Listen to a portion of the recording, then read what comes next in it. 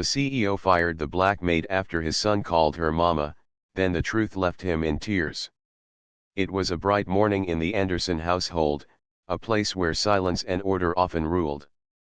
The house was wide, with tall glass windows that let in streams of sunlight, but it always felt a little empty despite all its beauty.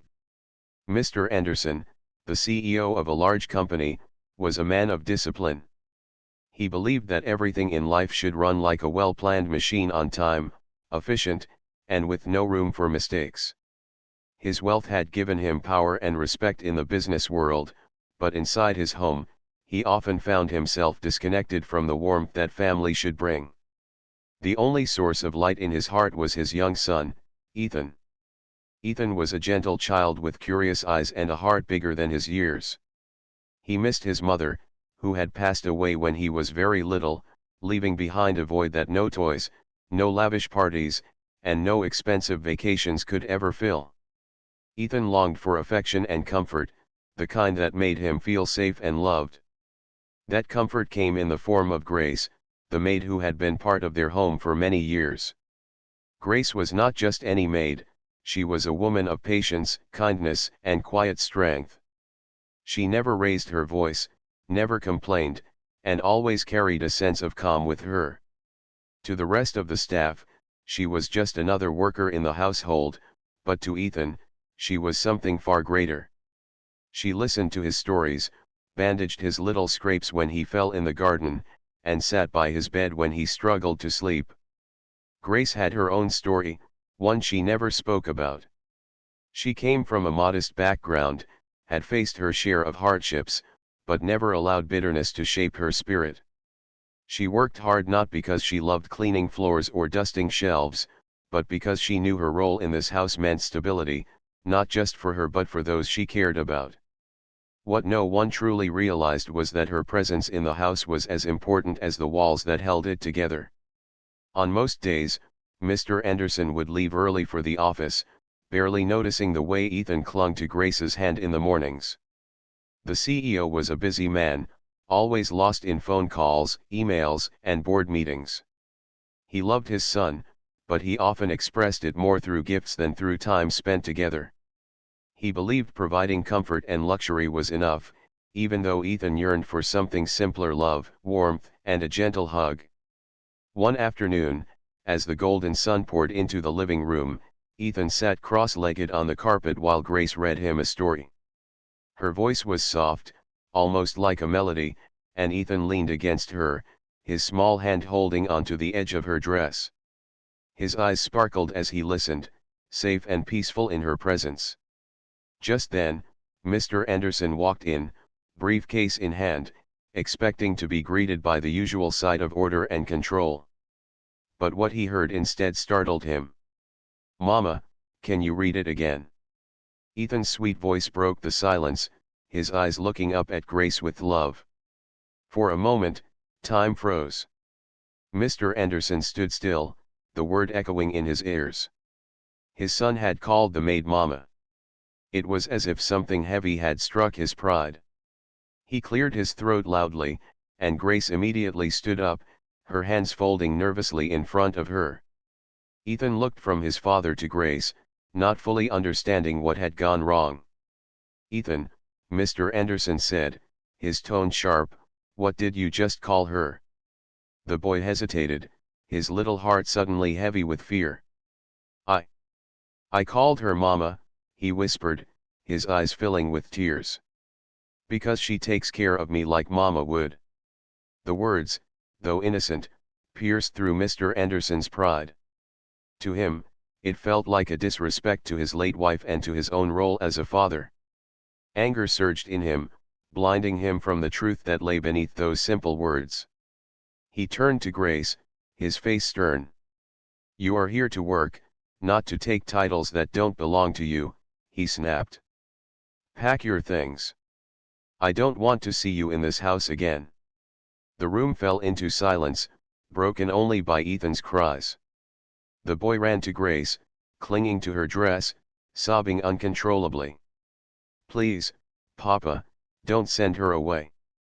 Please. She's my mama." His small voice trembled, but Mr. Anderson was too clouded by pride to listen. He repeated his order, his voice colder this time. Grace's eyes filled with tears, but she didn't argue. She gently placed her hand on Ethan's head, whispering words of comfort. "It's all right, little one," she said softly. "Be strong." Her voice was steady, though inside her heart was breaking. She packed her few belongings in silence, each fold of cloth carrying years of memories with the boy she had cared for like her own. When she finally walked out of the house, Ethan's cries echoed through the halls. Mr. Anderson closed the door, his face set in stone, yet deep inside, something unsettled began to stir. That night, the house felt colder than ever. Ethan refused to eat, pushing away the plate of food his father placed before him. He sat quietly at the dinner table, his eyes red from crying. When Mr. Anderson tried to speak, Ethan simply turned away, retreating into silence. In his grand office later that evening, Mr. Anderson sat with a glass of water, his mind replaying the scene. His son's voice haunted him. "She's my mama." He tried to justify his actions, telling himself he had done the right thing, that a maid could never replace the role of a parent. But the emptiness in his house and the look in his son's eyes told him otherwise. Something was missing, something far more important than his pride. Grace, meanwhile, walked down the quiet streets carrying her small bag. She had no anger in her heart, only sadness for the little boy she had left behind. She knew his pain because she had lived it herself long ago, and she silently prayed that one day, the truth would open his father's eyes. Back in the Anderson home, Ethan curled up in bed, clutching a small blanket Grace had once given him. The silence of the night pressed in around him, and he whispered into the dark, "Mama," hoping she could hear him, wherever she was. The next few days in the Anderson household were nothing like before. The once cheerful sound of Ethan's laughter had disappeared, replaced by silence. The boy, who used to run around the house with bright eyes and a playful spirit, now sat quietly in his room, staring at the window as if waiting for someone to come back. His toys lay untouched in the corner. The books Grace used to read to him rested on his desk, closed and forgotten. Mr. Anderson noticed the change. Every evening when he returned from work, he expected his son to come running to him, asking about his day or showing him drawings from school. But now, Ethan hardly spoke. He would answer in short words, sometimes with just a nod, and then retreat into his room. At the dinner table, the boy barely touched his food. Even the favorite dishes prepared by the cook failed to bring a smile to his face. At first, Mr. Anderson told himself it was just a phase. Children, he thought, often had moods, and Ethan would adjust in time. But as the days turned into weeks, the silence grew heavier. Each time he passed Ethan's room, he saw his son clutching the small blanket Grace had once given him, whispering softly to it as though speaking to her. The CEO, a man known for solving complicated business problems, found himself facing a challenge he could not fix with money or authority. In the office, his colleagues noticed his distraction. His presentations lacked energy, and his mind often drifted back to his son. Even during important meetings, he would suddenly recall the look in Ethan's eyes when Grace left, and his heart would tighten. One evening, determined to bridge the growing distance, Mr. Anderson tried to sit beside Ethan on the bed. The boy looked up, his eyes tired.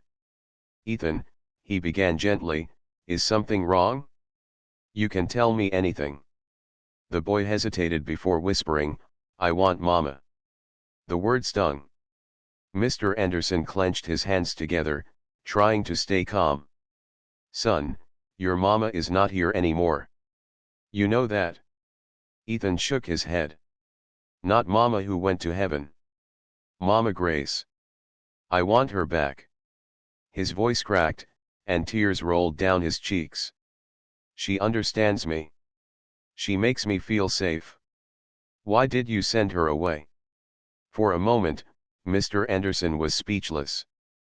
Pride had blinded him when he made that decision, but now the weight of it pressed hard against his chest. Still, unable to admit his mistake, he tried to comfort his son in his own way. Grace was just a worker, Ethan. You don't need her. You have me, he said, but even as the words left his mouth, he knew how hollow they sounded. Ethan turned away, burying his face in his blanket. That night, Mr. Anderson lay awake in bed, staring at the ceiling. The silence of the house felt louder than any noise. He thought of Grace's calm presence, her steady smile, and the way she cared for Ethan with a kind of love that couldn't be bought. Deep down, he knew she had been more than just an employee, she had been a part of their family. But admitting that felt like admitting he had been wrong, something his pride struggled to accept. Meanwhile, Grace had found work in another household across town. Though she carried out her duties with the same dedication, her heart was heavy. Each night, she thought of Ethan, his laughter, his endless questions, and the way he would run into her arms after school. She missed him deeply, but she prayed silently for his well-being. She never once spoke badly of Mr. Anderson, choosing instead to hope that one day he would understand what Ethan truly needed. Back at the Anderson home, the cook and other staff noticed the change in the atmosphere too. The house, though still spotless and orderly, felt lifeless. They missed Grace's gentle guidance, her way of making everyone feel at ease. Even the staff whispered among themselves, wondering why she had been sent away so suddenly. One Sunday morning, Mr. Anderson decided to take Ethan to the park, hoping fresh air might lift his spirits. The park was full of families, children laughing as they played on the swings and slides. Ethan sat quietly on a bench, holding his toy car in his hands but not playing with it. Mr. Anderson tried to engage him, pointing at the kids running around. "Why don't you join them, son? You used to love the swings," he said. But Ethan only shook his head. Then, as a little girl nearby called out "Mama," to her mother, Ethan's eyes welled up again. He whispered under his breath, "I wish Mama Grace was here." The words broke something inside Mr. Anderson. He realized that no matter how hard he tried, he couldn't replace the comfort his son found in Grace. He could buy toys, build playgrounds. Several weeks had passed since Grace had left the Anderson home. Though the rooms remained clean and polished, the house carried a silence that even the ticking of the grandfather clock could not break. Ethan's cheerful spirit had faded, and the light in his eyes seemed dim. Mr. Anderson noticed it every day, and no matter how much he tried to distract his son with new toys, outings, or even expensive gadgets, the emptiness in Ethan's heart remained. One evening, after a long day at the office, Mr. Anderson sat in his study. The large desk was covered with files, reports, and his laptop, but he couldn't focus. Instead, his mind wandered to the memory of his son calling Grace Mama. He closed his eyes, trying to push away the sting of that word, but it refused to leave him. He had built his life around control and order, but here was something his wealth and authority could not fix: his child's broken heart. Tired and restless, he began sorting through an old box of family documents that had been sitting untouched in the corner of his study. It was filled with photographs, medical reports, and personal letters from the past. As he leafed through them, his hand paused at a sealed envelope marked with delicate handwriting, his late wife's handwriting. For a moment, his breath caught in his chest. He carefully opened the envelope, unfolding the paper inside. The letter was written with love, but also with a kind of quiet sorrow. His wife had written it during the final months of her illness, when she had grown too weak to care for Ethan on her own. The words seemed to come alive as he read them slowly, each sentence pulling at his heart. "My dearest," the letter began, "if you are reading this, it means my strength has faded. I want you to know the truth about Grace. When I could no longer hold Ethan in my arms, when I could not feed him or soothe his cries, it was Grace who stepped in. She became my hands, my comfort, and my strength. She nursed him when I could not, she rocked him to sleep when my body was too weak, and she loved him as though he were her own child. I trusted her with our son's life, and she never once failed me. Please remember this, Ethan's bond with Grace is not confusion, but love. Do not take that love away from him, for it is part of the reason he grew strong and healthy. Mr. Anderson's eyes blurred with tears as he finished the letter. His hands trembled, and he leaned back in his chair, unable to breathe for a moment.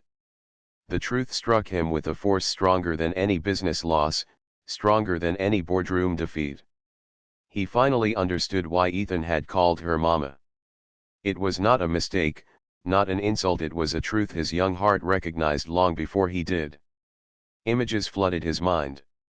He remembered coming home late from work and finding Grace humming softly to Ethan, who was fast asleep in her arms. He remembered how calm his wife had seemed whenever Grace was nearby, trusting her completely. He had overlooked those moments, dismissing them as part of her job, never realizing the depth of her care.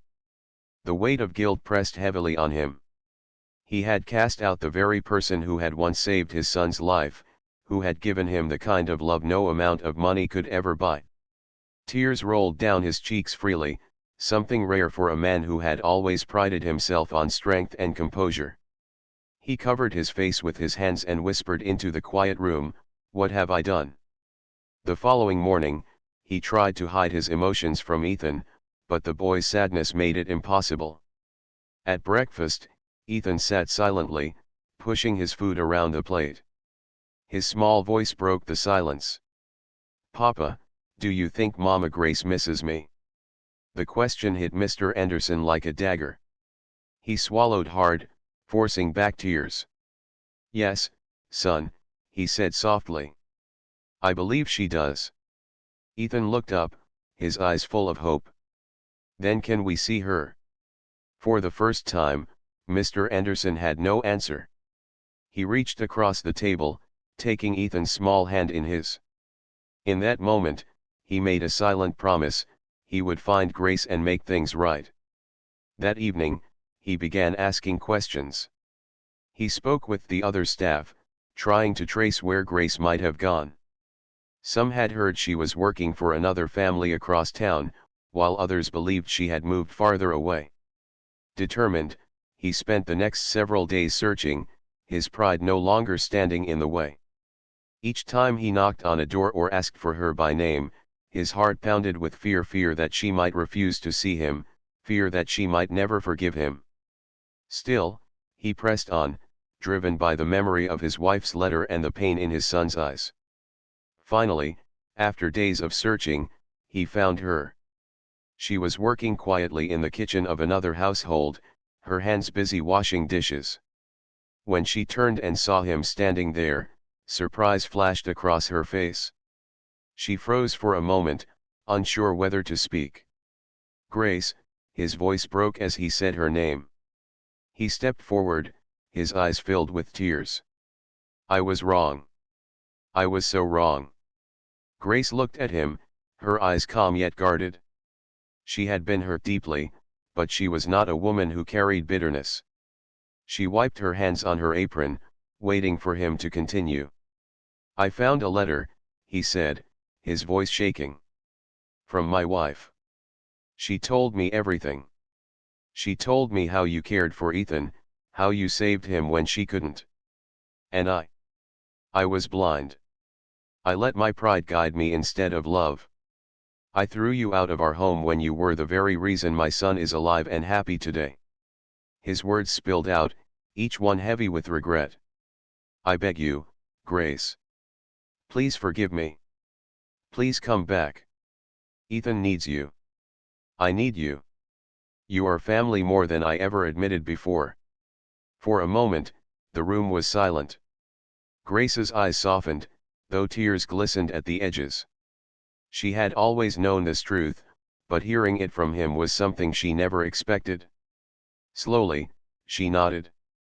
"Mr. Anderson, I never wanted anything but the best for Ethan.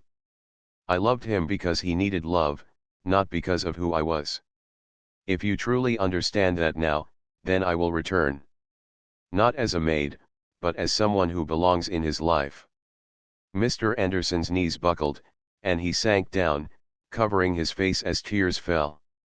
He had never bowed to anyone in his life, not in business, not in society, but in that moment, he bowed before Grace, humbled by the truth. When Ethan saw Grace again, his face lit up with joy. He ran into her arms, clinging tightly, whispering, "Mama Grace, I missed you." The warmth in that embrace filled the house once more, melting away the coldness that had lingered for so long. And for the first time in many years, Mr. Anderson felt what true family meant: not wealth, not pride, but love that was real and unshakable. The days that followed Grace's return to the Anderson home were filled with emotions that words could hardly capture. For Ethan, it was as though sunshine had finally broken through dark clouds. He smiled again, laughed freely, and ran through the halls with the joy of a child who felt safe once more. He stayed close to Grace, clinging to her hand, whispering stories, and asking her to read him the same books she used to. The warmth in the house slowly returned, but beneath the surface, Mr. Anderson carried a heavy heart. Though Grace had forgiven him, he could not easily forgive himself. Each time he saw Ethan resting his head against her shoulder, a pang of guilt struck him. Each time he heard his son call her Mama Grace, he remembered the moment he had shouted at her, sending her away in anger. The memory haunted him. At night, Mr. Anderson found himself unable to sleep. He would walk through the quiet house, pausing at Ethan's room where the boy now slept peacefully beside Grace's stories. Watching them reminded him of what he had almost destroyed with his pride. In the silence of the hallway, he whispered prayers, asking for strength to be a better father and to never again let his ego stand between him and the people he loved. One evening, he gathered the courage to speak with Grace more openly. She was sitting in the living room, folding Ethan's clothes, when he walked in. His face was tired but gentle. For a moment, he hesitated, as though unsure how to begin. "Grace," he said softly, "may I sit?" She nodded, placing the folded shirt aside. He lowered himself onto the chair across from her, his hands clasped tightly together. "I've been thinking a lot," he began, his voice unsteady. "All my life, I believed strength meant never admitting weakness, never showing tears, and never letting anyone see me bend. But now I see I was wrong. Strength is not in pride, it is in love. And you showed my son more strength than I ever did." Grace looked at him with calm eyes, her expression kind. "Mr. Anderson," she said gently, "love doesn't measure weakness or strength. It simply gives without expecting anything in return. I cared for Ethan because he needed me. I never thought of titles or recognition. To him, I was a mother figure, not because of who I am, but because I gave him what his little heart longed for." Her words pierced deeper than any speech he had ever heard in a boardroom. He lowered his eyes, ashamed. "And I nearly destroyed that bond. I let my pride blind me. I saw your care as something that took away from me, when in truth, it gave my son the family he needed. How do I repair what I've broken, Grace?" She paused, folding another shirt carefully before answering. "You cannot change the past, Mr. Anderson. But you can choose what you do now. Be present for Ethan. Show him love not with gifts, but with your time. Listen to him, sit with him, and let him know that his father's heart is open. If you do that, you will heal him and yourself." Her words were simple, yet they carried the weight of truth. Mr. Anderson nodded, tears glistening in his eyes. For a man who had once believed tears were weakness, he now saw them as a sign of something far greater, humanity. The next morning, he acted on her advice. When Ethan woke up, instead of rushing off to work, Mr. Anderson sat with him at the breakfast table. He asked about his drawings, listened as Ethan explained them with excitement, and even laughed at the little jokes his son made. For the first time in a long while, Ethan felt his father's presence not as a distant figure, but as someone who truly cared. Day by day, Mr. Anderson made small but important changes. He left the office earlier, sometimes ignoring phone calls just so he could spend the evening with his son. He played board games with Ethan, helped him with homework, and even joined him and Grace for story time. Slowly, the bond between father and son began to grow stronger. Yet, inside, Mr. Anderson still wrestled with guilt. One night, after Ethan had gone to bed, he approached Grace once again. His voice was low, almost trembling. "Do you truly forgive me?" he asked. "Even after everything I said? After the way I treated you?" Grace looked at him steadily. "Yes, I forgive you. Not because you are perfect, but because forgiveness is not about holding on to pain. It is about freeing both hearts, yours and mine. I cannot erase the past, but I can choose not to let bitterness shape the future. And Ethan needs us united, not divided." Her forgiveness humbled him further.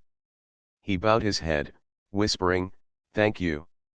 Over the following weeks, a transformation took place in the house. It was no longer just a wealthy mansion, it became a home. Ethan's laughter filled the rooms again, and even the staff noticed the change. They saw their once proud employer sitting on the floor playing with toy cars, something they never imagined. They saw Grace not as a servant, but as a central part of the family, respected and cherished. The climax of this journey came one evening during Ethan's school event. Parents were invited to watch the children perform a small play.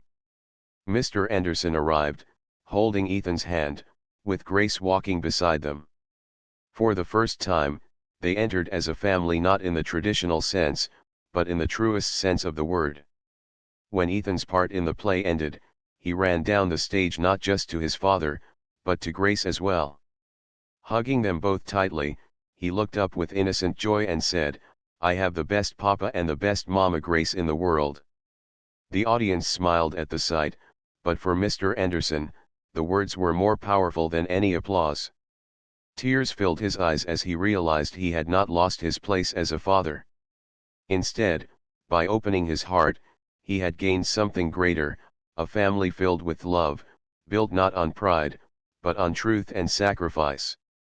That night, as he tucked Ethan into bed, Mr. Anderson kissed his son's forehead and whispered, "I promise I will never let pride come between us again.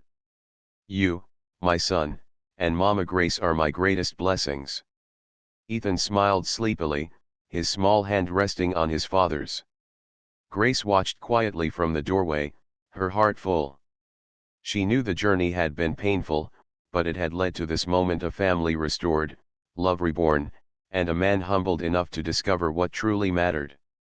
For Mr. Anderson, it was the greatest victory of his life, not won in a boardroom, not with contracts or wealth, but in the simple act of opening his heart to love and forgiveness. Life in the Anderson household slowly began to take on a new rhythm, one that was gentler, warmer, and filled with love. The sharp edges of silence that once echoed through the hallways were replaced with laughter, conversations, and the simple joys of daily life. For the first time, the mansion felt like a true home. Ethan flourished the most. His shy smile returned, his laughter rang through the house, and he carried himself with a happiness that only comes when a child feels secure and loved. He no longer clutched his blanket at night in fear of being alone. Instead, he drifted off to sleep with confidence, knowing that both his father and Mama Grace were there for him. Mr. Anderson watched this transformation with deep gratitude. Each time he saw Ethan's bright eyes sparkle, he was reminded of the letter from his late wife and of Grace's unspoken sacrifices. The guilt he once carried so heavily began to turn into determination to never again let pride rule over his heart, to cherish the people who truly mattered. He started spending more time at home, deliberately reshaping his life. Where once his evenings were consumed by endless meetings and phone calls, now he came home earlier to share dinner with his son and Grace. Business was still important, but he realized it could never replace family. He began to discover joy in the little things, helping Ethan with homework, joining him in the garden, or listening to him chatter about his day at school. Grace, too, noticed the change. At first, she was cautious, uncertain if Mr. Anderson's transformation would last. But as days turned into weeks, she saw the consistency in his actions. He no longer treated her as just an employee, but as someone who had earned a rightful place in their lives. He would often ask for her thoughts about Ethan, listening carefully, valuing her insight. For the first time, she felt truly respected by the man who had once dismissed her. The staff also felt the difference. They no longer whispered about the coldness of the house. Instead, they saw their employer laugh openly, sit on the floor to play with his son, and thank Grace for her efforts. It was a side of him they had never known before, and it inspired them as well. The entire household felt lighter, united by the love that had been rekindled. One evening, Ethan brought home a drawing from school. It was a picture of three figures, a tall man, a small boy, and a woman with a kind smile. Above the drawing, he had written, "My family." He proudly showed it to his father, who stared at the picture with tears in his eyes. "This is us, Papa," Ethan said. "You, me, and Mama Grace." Mr. Anderson hugged his son tightly, whispering, "Yes, son. This is us. Always." He placed the drawing in a frame and hung it in his study, where once only certificates and awards had been displayed. Now, in the center of his office, he kept a reminder of what truly mattered. The lesson went beyond the walls of their home. At work, colleagues noticed a change in the CEO. He was still sharp and decisive, but there was a new warmth in him. He spoke more kindly to his employees, listened more attentively in meetings, and even encouraged his team to prioritize family time. When one young employee asked him what had brought about the change, he simply smiled and said, "I learned that success means nothing if you don't have love and respect in your home. Family teaches us the true meaning of strength." Months later, Ethan had another school event, this time a family day. Each child was asked to bring the people they considered their family. While other children came with both parents or siblings, Ethan proudly walked in holding his father's hand on one side and Grace's on the other. When his teacher asked him to introduce them, he said with innocent joy, "This is my papa, and this is my mama Grace. They are my world." The room grew quiet, touched by the honesty in his words. Mr. Anderson felt tears well in his eyes, and for once, he did not hold them back. He realized that love had reshaped not only his son's life but his own as well. That night, after the event, Mr. Anderson sat with Grace on the porch. The stars were scattered across the sky, and the cool breeze carried a calmness with it. He turned to her and said, "I know I can never repay what you have done for Ethan, but I promise you this, you will never again be treated as anything less than family. You are part of this home, and part of our lives. Thank you for staying, even after all the pain I caused." Grace smiled, her eyes reflecting both kindness and quiet strength. "Families are not always made by blood," she said softly. "They are made by love, by care, and by forgiveness. Ethan is happy, and that is all that matters to me." Her words lingered in his heart.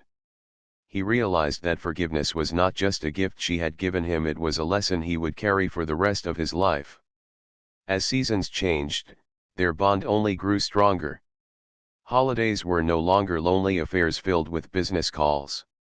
Instead, they decorated the house together, cooked meals as a family, and shared laughter around the dining table. Ethan's laughter echoed through the halls, and every smile reminded Mr. Anderson of the journey they had taken, the mistakes, the heartbreak, and the healing. In time, neighbors and friends began to notice the closeness between them. Some whispered, surprised that the wealthy CEO treated his maid like family. But Mr. Anderson no longer cared about whispers or appearances. He had learned that true respect comes from the heart, not from titles or society's judgments. The greatest change was within himself. He no longer measured his worth by the size of his company or the success of his deals. Instead, he measured it by the happiness in his son's eyes, by the peace in his home, and by the knowledge that he had been given a second chance to do what was right. One evening, as he tucked Ethan into bed, the boy looked up at him and asked, "Papa, are you happy now?" Mr. Anderson smiled, brushing his son's hair gently. "Yes, Ethan. I am happier than I've ever been. Do you know why?" "Why?" the boy asked, his eyes curious. "Because I finally understand what matters most. Not money, not pride, but love. And I have that now with you and Mama Grace." Ethan grinned, his little heart at peace. "Then we're the happiest family in the world." As the boy drifted off to sleep, Mr. Anderson sat quietly by his side, his heart full. He thought of his late wife, the letter she had left behind, and the trust she had placed in Grace. He silently thanked her, promising to honor that trust for the rest of his life. Grace, standing at the doorway, watched the scene with quiet joy. She knew the journey had been long and painful, but it had led to something beautiful, a home filled with love, respect, and forgiveness. And so, the story of a proud CEO, a humble maid, and a little boy found its true ending not in wealth or success, but in the simple truth that family is built not by blood or titles, but by the bonds of the heart.